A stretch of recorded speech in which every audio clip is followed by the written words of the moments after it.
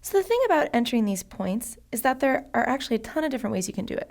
I simply wanted to give you one method that you can use that's pretty reliable for creating different fraction slots in ordered pairs.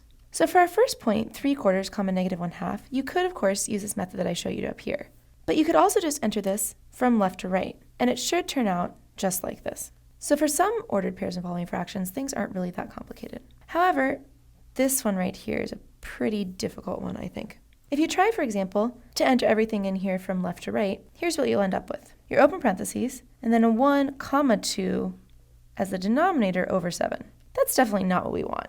So here I think it's easiest if you first enter the fraction 2 over 7, then go backwards and write the 1 in the comma.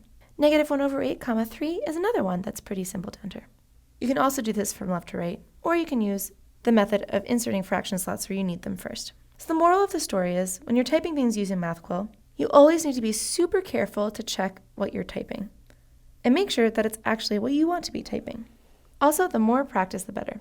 So just keep trying things like this out any chance you get.